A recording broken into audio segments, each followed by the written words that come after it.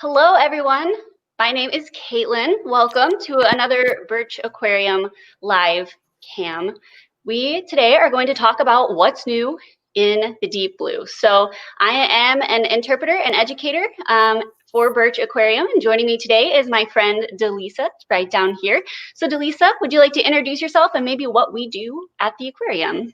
Yeah, of course. So my name is Delisa, and I'm an ocean educator with Birch Aquarium. And a lot of our job entails what we call interpretation. So basically, we take the science and we interpret and we tell the stories of the animals at the aquarium. So you might catch us out on the floor talking about some of our animals. You might catch us interpreting some feedings or leading some shows. So yeah, that's pretty much what we do.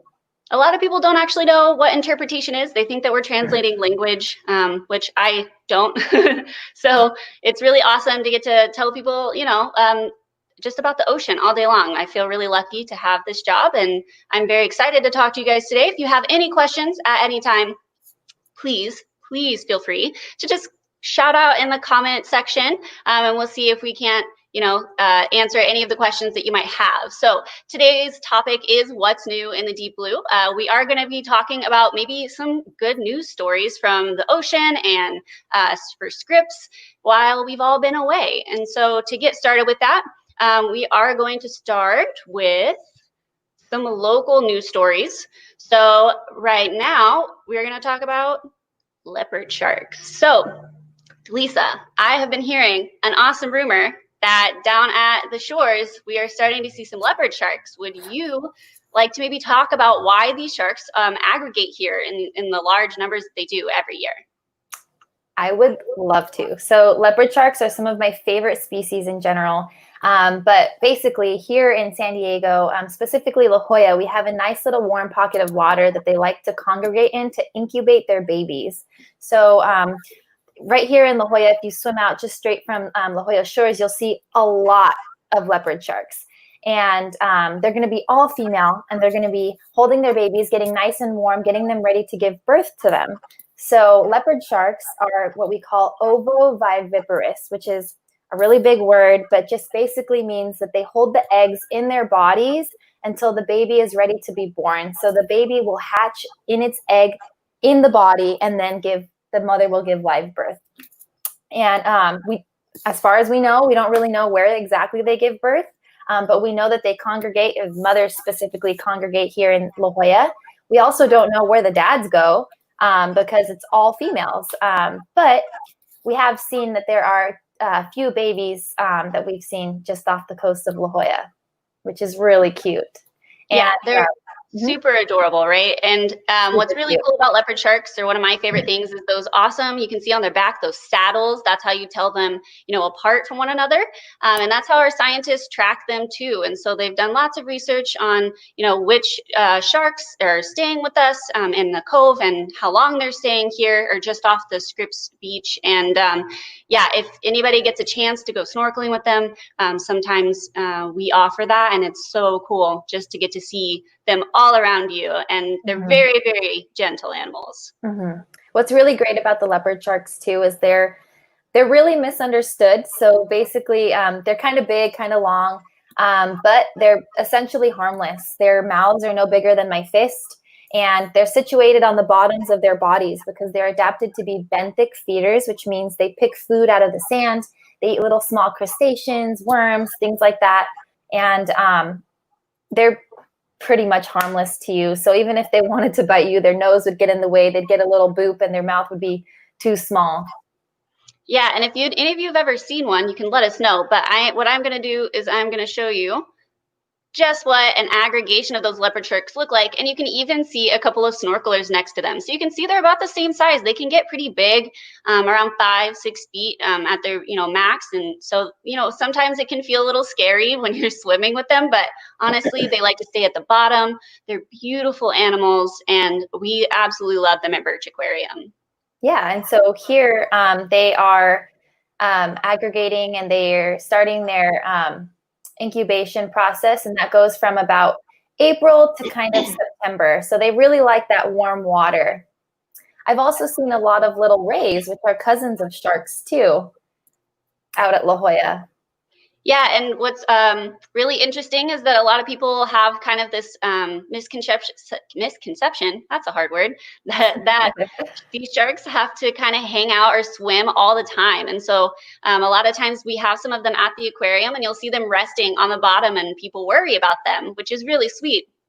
But these sharks actually have special musculature on the sides of their gills that help them pump water, and they will sit on the bottom of the ocean facing the current with their mouth open, which allows that water to pass over their gills without them actually having to swim. And so when they're kind of a little bigger because, you know, they're pregnant with babies, they'll often kind of hang out on the bottom. And so it's really cool. You can snorkel right over the top of them or right around them just like this.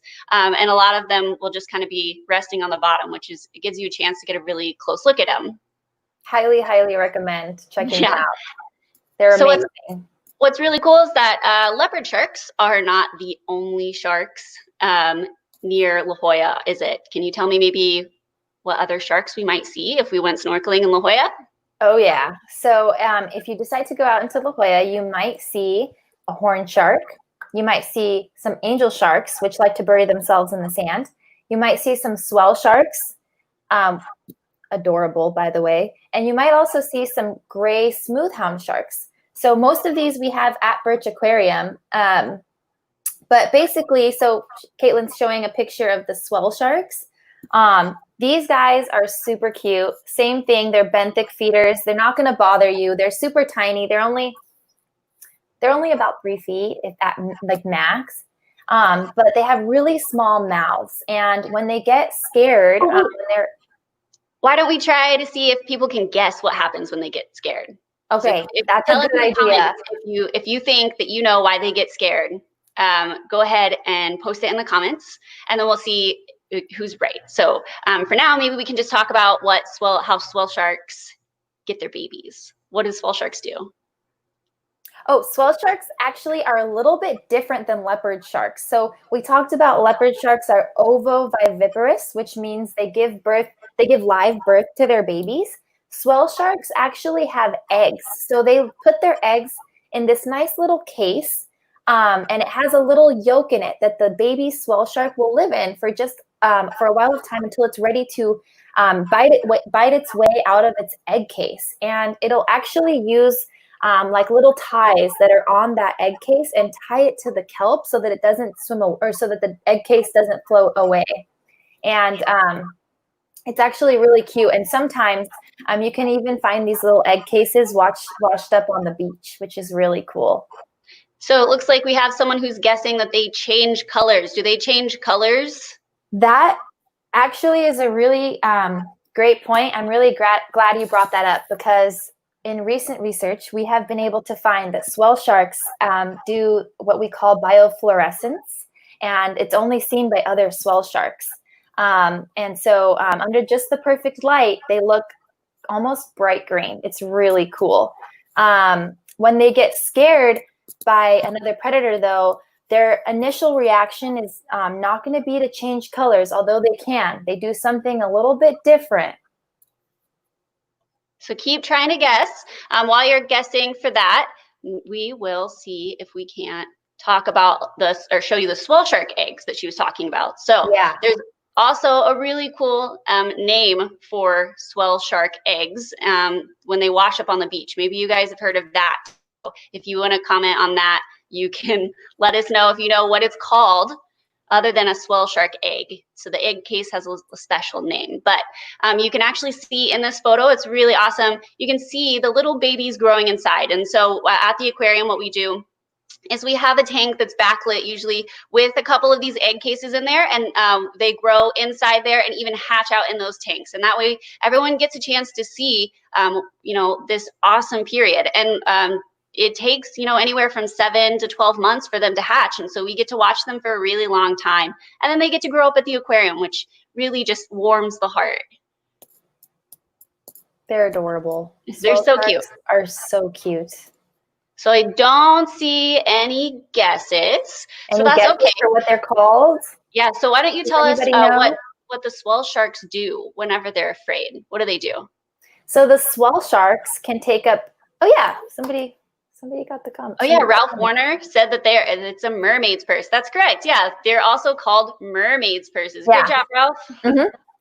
Perfect. So yeah, so basically the swell sharks, when they get scared, they can take in large amounts of water or air, and they'll inflate their bellies. And that kind of says, hey, I'm going to be big and bad. You don't want to eat me. I'm not a good snack. You should probably leave me alone. And it also physically makes it harder for their predator to actually eat them.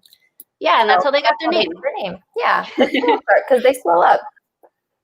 They're just so cute. They're like the puffer fish of sharks. All right, so another animal or another shark that we will see often in La Jolla is a horn shark. So can you tell me a little bit about horn sharks? Horn sharks, another adorable shark species, harmless to humans. They'll hang out at the bottom of the ocean or in the sand, picking out all their favorite foods like their crustaceans, their worms, their occasional market squid, and they'll pretty much just leave you alone.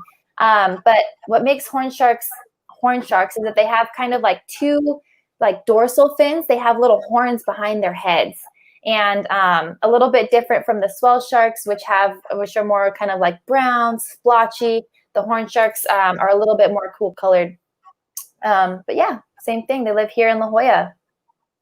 And what's really cute about horn sharks, at least at the aquarium, is that they absolutely love our divers. So they know that when our divers get in the tanks, that it means that they're going to get a little snack. And so it's so cute because the divers will go in, will start feeding everybody, and the horn sharks will come over, even if there's no food, just to get a little scratch or a little pet from them. So they're kind of like little puppies. And like she said, they don't get very big, only about like 3 feet or so. So it's pretty cute. And they're just very friendly, very adorable creatures. And obviously you see how tiny their little mouths are. So hopefully no one's too afraid of these little guys. They're adorable. And then horn sharks, they do something really special too whenever they have babies. So can you tell me a little bit about this horn shark egg? Absolutely. So the horn shark egg is really cool, obviously, and you can sometimes find these washed up on the beach, but this is just like the mermaid's purse from the swell shark. This is the egg case for the horn shark, and theirs is adapted to do something a little bit different than to be tied at the bottom of kelp. So because it has that kind of like horn, like screw kind of shape, they actually screw it down into the substrate where the egg will hang out until it's ready to be hatched. And then the horn shark, the baby horn shark, will bite its way out or scratch its way out. Sharks actually have teeth on their skin, which is another thing that's super cool about sharks, which helps scratch their way out of their egg case when they're ready to be born. Yeah, and so at the aquarium, we have a very large kelp tank, and often you can see these eggs kind of hanging out in the tank. So every once in a while, our aquarists will have to go in and they'll have to kind of collect the eggs, and then we put them in a tank. And like I said, sometimes we'll backlight them so that you guys can see them, and they hatch out, and we care for them. We love them very much at the aquarium. But it's really cool to get to see these sharks at the aquarium exhibiting their natural behavior and laying those eggs the way that they would in the wild. And so yeah, you'll see them kind of pushed down at the bottom of the kelp, all screwed in there, and then you'll see some floating along in the kelp with those swell shark eggs. So it's really awesome. And then it looks like we have a question from a Lara about dermal denticles of a shark. So yeah, dermal denticles is skin teeth, right? That's what that means. Dermal, skin, denticles, dentin, teeth. And so sharks have dermal denticles. They have skin teeth instead of like little scales, and they're all locked together to form a bony plate of armor. Now, she asked if they're unique to each species or individual. I don't actually know if every single shark has like their own individual shape or size, but I do know that some of them have different shapes and sizes because, every shark, just like every fish, is a little bit different. So that was a really good question, Lara. Thank you. And you can use the dermal denticles to kind of figure out migration patterns or different behaviors of sharks. So scientists will actually take samples of sand and use kind of like a sieve to sift through it and find all of the shark teeth because they're constantly shedding them and then regrowing them. So we love our sharks at La Jolla. There's a couple of other species that you might see maybe if you're diving or you're, a little bit deeper. They're kind of more transient sharks, right? They don't hang out as often. Can you tell me a couple of sharks you might see that are a little bit bigger? Yeah, you could see a taupe shark. You could also see a seven gill. which are some of the largest species we get here, but they usually stay about 1/3 of a mile offshore. And another one you can see that we didn't really talk about is the gray smoothhound. And I think this one's pretty interesting, the gray smoothhound, because they give live births and there's no eggs involved. So sharks do all of the things. They give eggs inside the bodies that hatch live births, and then they have birds that don't even use eggs at all. Yeah, and it looks like we do have one more question from John Whiteside about what materials make up the shark eggs. And that's a really good question. So if you're watching at home, you can feel what a shark egg feels like right now. So if you rub your fingernail, that's exactly what a shark egg is going to feel like, because it's made out of keratin. So the same thing that our fingernails, same thing that our hair is made out of. So yeah, it's just kind of a little tough, kind of springy and smooth and soft. And that's what a shark egg feels like. So if you ever wanted to know, now you do. But hopefully in the future, you guys can find out for yourselves, maybe at the aquarium.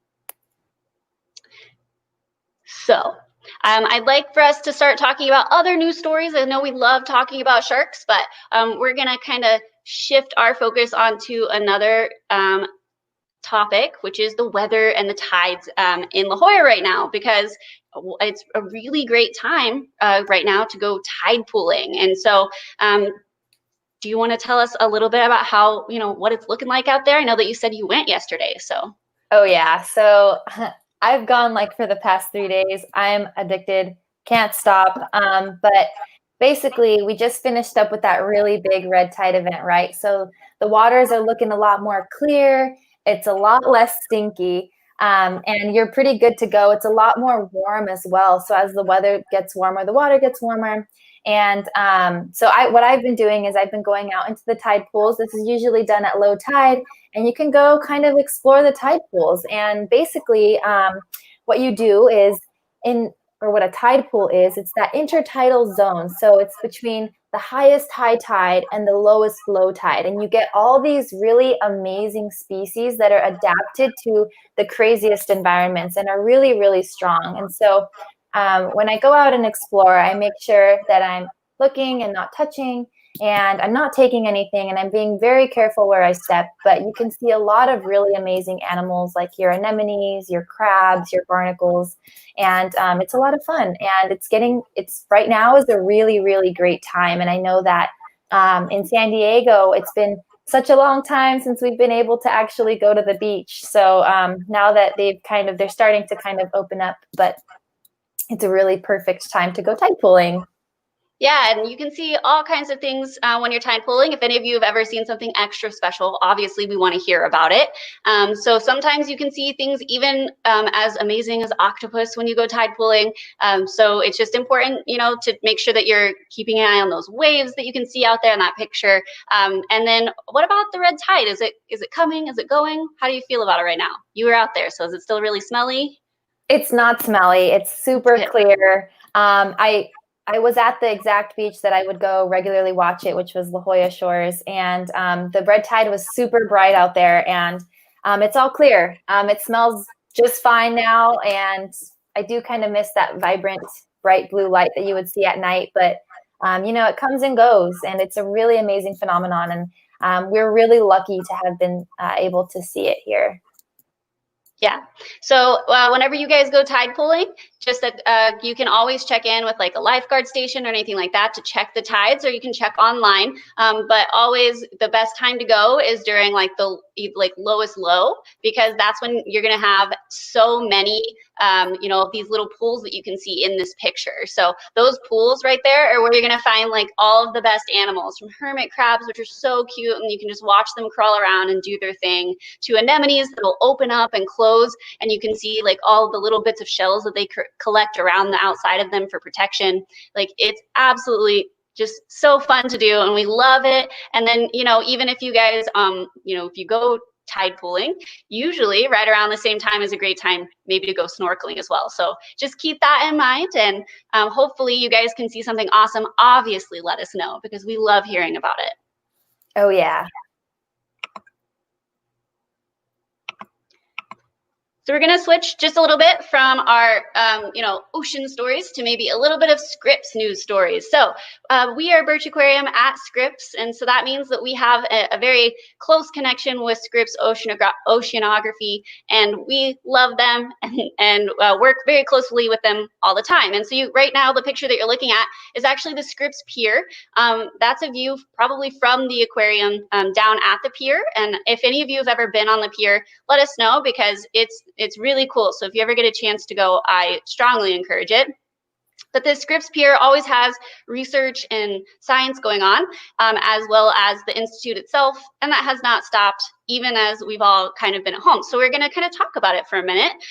So if you want to tell me, the thing that we're most connected with are called peer readings. So can you tell me maybe what a peer reading is, Delisa? Yeah, absolutely. So first, if anybody's ever been to the Scripps Pier, do comment and let us know, the coolest thing that you've seen there, because I've seen amazing things from the Scripps Pier, from dolphins to a whole bunch of rays to obviously the tide pool species that we were talking about. But peer readings. So yeah, this is actually something that our aquarists work hard on and have been doing for the past 100 years. So since 1916, we've been taking peer readings of different measures like the temperature, the salinity. You can also research the plankton that's in the water just off of this Scripps Pier. And that's done every single day. And the only time in history that we've actually missed peer readings was during the Spanish flu. And throughout this pandemic, we've only missed 6 days. So our team has worked really, really hard to make sure that those peer readings are still getting done throughout while everyone's still at home. Yeah, we really appreciate those Scripps scientists still going out and taking those readings. Maybe you can tell us a little bit about why the readings, like why is it so important that the science continues? Absolutely, yeah. So knowing what the temperature looks like, what organisms are there, and all of the information that's gathered from these peer readings is really important, because it allows us to see how things change over time. So now, because of all the readings that we've done in the past, we have what we can compare it to today. So we know we can take global trends, like if the water is getting warmer, if we're seeing less of this species, more of this one, and all of that is super important. And yeah, to keep a record, basically. And Yeah, you can see Go behind Mike right there. That's one of our aquarists who has done peer readings before. In fact, all of our aquarists have, as well as a scientist from Scripps. And so it's a large team effort. But you can see behind him, you can actually see graphs and charts that are tracking the data that they've collected over 100 years. So it's really, really awesome that we have this data, and it's really important that we continue to collect it. And maybe you can tell us a little bit about how we get this data. How would you get temperature readings from on top of a pier? Right, yeah. So sometimes the simplest solutions are the most effective. So in this picture, you can actually see Mike holding a little bucket, and he'll go down, or he'll send that bucket down off the rope and grab just surface water. And he'll pull the bucket back up, and then you'll take the measurements like temperature, salinity, and then he'll package it up and send it in a little box, which you can kind of see behind him, and he'll send it off to SIO for further research. But basically, that little solution, that little bucket, is going to be how we take measurements of the surface water. Yeah, and so it's not just the surface water that we take. So I'm going to show you another picture here. And this is Sean, another one of our aquarists, and he's actually going to take the water reading from the bottom of the ocean at the pier. So can you maybe tell us a little bit about what tool he's using right now to do that? Because it's probably not just a bucket, those float. Yeah, that looks a little bit different. So that is what we call a Niskin bottle, and it's really cool because it can take temperature or collect water from really deep in the ocean. So basically what Sean will do is he'll send that down until it reaches the depth that he prefers, or whichever he needs to measure. And then he'll also send down, or once it reaches that depth, he'll send down a little weight. And the weight will cause the trap doors to close, and then they'll collect the water from the bottom. And then he'll go ahead and pull that back up, take all the measurements he needs, and then send it over to SIO. Yeah, so you can see there that the top's open, but the bottom is also open as well. So it's just a tube at the beginning. And then once it reaches the depth that it needs to be, which is the bottom of the ocean, yeah, that weight goes down and it makes both sides of the trapdoor close. And then they pull it back up and then they take the reading. They also collect samples of the water. So both the top and the bottom of the water at the pier gets put into little glass bottles that they label with like the date and if it was surface or bottom. And then they put those back in those boxes and they save those too for future research as well. Yeah, so while we've been at home, they've been hard at work taking measurements, not really even skipping a beat. The next story that we're going to talk about for just a minute is one that's obviously really exciting to basically everyone, because who doesn't love dolphins and marine mammals? So at Scripps Institute, we have marine mammal acoustics people. So these people these scientists, they spend up their, their whole lives studying just these specific things. And so right now they are studying marine mammal acoustics. And maybe you can tell us maybe why it's important that we know, acoustics for marine mammals. Why is that important? Yeah, exactly. So in the water, light doesn't penetrate as much as it does through our air. And so animals will utilize sound for different things that their sight can't really make up for. So they communicate, they can find mates, they can find food. And this is really important, especially for marine mammals, because it's something that they really utilize for finding who they want to mate with. And they're very vocal species, particularly. If anybody's heard anything about dolphins or how they communicate, or even your whales, do let us know. Which, fun fact, dolphins are whales. They're kind of toothed whale. But yeah, do let us know if you've heard anything about communication, because it's a super fun topic. Yeah. And sound can travel about 4 times faster in water than in air. So if you've ever been underwater and you've cracked your knuckles or you've dropped something against something, and that sound gets to you a lot faster than it does in the air. And so dolphins and other whales will use those sounds to contact each other, even sometimes miles and miles and miles apart. And so can you tell us a little bit about maybe what humans have been doing to sound in the ocean? Yeah, absolutely. So we talked about how the sound travels a really, really long distance, and that's pretty much because the sound wave loses minimal energy as it travels through water. And so that's basically like a tactic that species in the sea will utilize. But when you get different like human-made sounds, like drilling for construction or ships, that can actually influence the sound waves that the marine mammals are sending to each other. And so, for example, the blue whale, this is amazing, the loudest and the largest species that's ever been here on Earth, they can send a song from the coast of California all the way to Hawaii. But when you get humans intercepting those songs with our different noises, for example, you can also have like the seismic testing for like oil that really interferes with that. And what we've seen that's really cool is throughout this global pandemic is that the oceans have actually gotten quieter. And because we've seen a lot less of those ships. And so we can imagine that those marine mammals are really, really enjoying that quiet time. So we're not the only ones getting our at-home quiet time. And can you maybe talk just a little bit about what the Scripps scientists, what are they doing right now? So are they still studying? I know that they send out all different kinds of equipment that allows them to track marine mammal sound or even sound from us. And so what are they doing right now, since we're not exactly out on the ocean? Yeah, so basically the SAO scientists will have what we call hydrophones to measure the sound that's going through the ocean. And that's all still out there. So that's out there taking readings, and it was placed out there since before we got the stay-at-home order. And it'll stay out there until the batteries die, basically. But in the meantime, the SAO researchers are at home and they're analyzing over 20 plus years of data that they've collected from the oceans. And so I think that's a real silver lining in this, in that they got that time to go home and really investigate all of the data that we've had just kind of sitting there. Yeah, and it's important that we understand this data because it can give us a good idea of maybe measures that we can take to help our marine mammal friends, which we all love, right? Right, yeah, and they're adorable. And these are another species you can see from the pier. I always see them just north of the pier, having fun in the waves. They're riding the waves just like we do on our boogie boards and surfboards. They're Yeah, adorable. they are. They're really awesome. So if you guys get a chance to go out on the pier, again, I strongly recommend it because you never know what you're going to see. And then we do have one more story for you guys. So at the Birch Aquarium, obviously our aquarists are working hard, 24/7 to keep our animals happy and healthy during this time.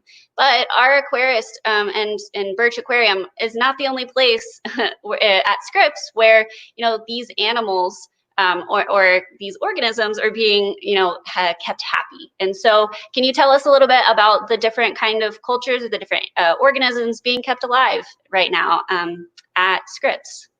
Oh, I would love to. So SAO has these, as you can see in the photo, cultures that basically have been there and utilized for research for as long as SAO has existed. And basically throughout this time, obviously a global pandemic is going to provide a little bit of kind of like a detour. Like you can't really get there to campus to take care of all of your cultures. And so in particular, what SAO researchers have been doing is kind of taking turns to go check in on the organisms. So some will go one day, another group will go the next day. But it's really, really important that these are checked on daily, if not more often, to make sure that they're staying nice and healthy. Yeah, and so these cultures that are being kept alive, why can't they just kind of let them go and then start over? Why is it important that they go ahead and keep them going? That's a really great question. So I'll give you an example. Coral ecologist Dr. Jennifer Smith in her lab is working on these really awesome cultures of algae. And algae is a protist. So it's not a plant, not an animal, it's somewhere in between. Protists are kind of the junk drawer of classifications. But basically, what she has done is she's found this algae that when you give it to cattle, which cattle it provides 50% of the methane in California, which is methane, if you don't know, is 30 times more potent than carbon dioxide. And so as a greenhouse gas. So that means that it makes the atmosphere hold in a lot of heat. So what Dr. Smith's lab has been working on is this algae, and they've gotten this strain that is really, really powerful at minimizing the methane that the cows release from their burps, their poops, and their farts. Yeah, and so keeping these cultures alive, like it says on that screen there, but keeping them alive is important because it's preserving almost a history of their research and the studies that they're doing, and also because it's not just algae. There's all different kinds of animals that and plants and algae that are all existing down at Scripps, and it's just important for our scientists to be able to keep those alive too. So it's really, really awesome that they're doing that. We really appreciate them. And also, I know that you mentioned what algae is, but maybe you can tell us a little bit about where else do we use algae? Or maybe you guys know in the comment section, what do you eat every day or use every day that has algae in it? Because we do every single day, all of us. Yeah, if anybody has any guesses, do comment. I, for one, know that I've already used my algae this morning. I brushed my teeth this morning, and in my toothpaste, there's what we call sodium alginate, which is used in cooking, and it's like a thickening material, basically. So it's kind of acts a little bit like gelatin, but this sodium alginate is something that algae will release in the ocean, and it gives it that kind of slimy texture, which is something common that you'll see in the ocean. Any other guesses as to where else you can find sodium alginate? I know where I found it last night. I had a bowl of ice cream. Me too. It's that time. Yeah, it is. It's getting warm. But yeah, it's a really, really common ingredient that you can include in foods, lotions, facial washes, all of that. They're going to have your sodium alginate. You'd be surprised at how much you'll have. Ice cream every day. Oh yeah, same girl. Well, thank you guys very much for coming and listening to us. Hopefully you've enjoyed the good news that we have to share. And we really hope to see you guys soon. Birch Aquarium really appreciates when you come and watch us. And we've had such a good time. And I know that I really enjoy getting to talk to you guys, especially about all of my favorite things in the ocean. Oh yeah. Yeah. So, all right, I guess that's about it for us. But thank you guys very much. And I hope you have a wonderful day. Bye.